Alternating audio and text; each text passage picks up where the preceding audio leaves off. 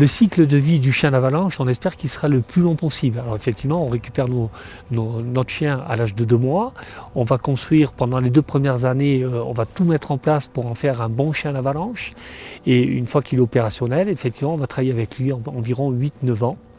Et dès lors que le chien va arriver à un âge vers les 10 ans, effectivement, humainement, on ne peut plus le laisser intervenir, ou on continuera à entraîner sur des petites séquences simples, faciles pour lui faire plaisir et se faire plaisir aussi avec, continuer à travailler cette complicité qu'on a gardée avec lui pendant de longues années, mais après, effectivement, on va redémarrer l'activité avec un nouveau chien et on parle de retraite, mais en fait le chien il reste dans la cellule familiale et voilà, il passe plus de temps à vivre ses vieux jours tranquillement, sans aucune contrainte. Ça commence par le choix du chiot, parce qu'il faut trouver l'élevage.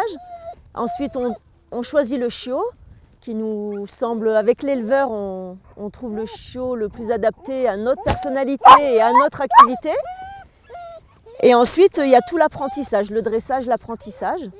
Donc c'est une longue période qui dure à peu près 2 ans, mais en fait qui dure toute la vie parce qu'on continue de former son chien et de se former soi-même tout le long de la vie du chien.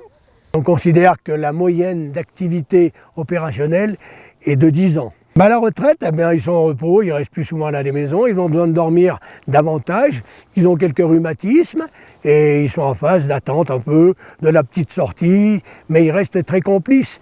Et il faut souligner que le chien d'avalanche, même s'il a une activité en apparence moins virulente dans ses déplacements, il a quelque chose qui ne vieillit pas, c'est le sens olfactif. Donc on peut l'utiliser longtemps.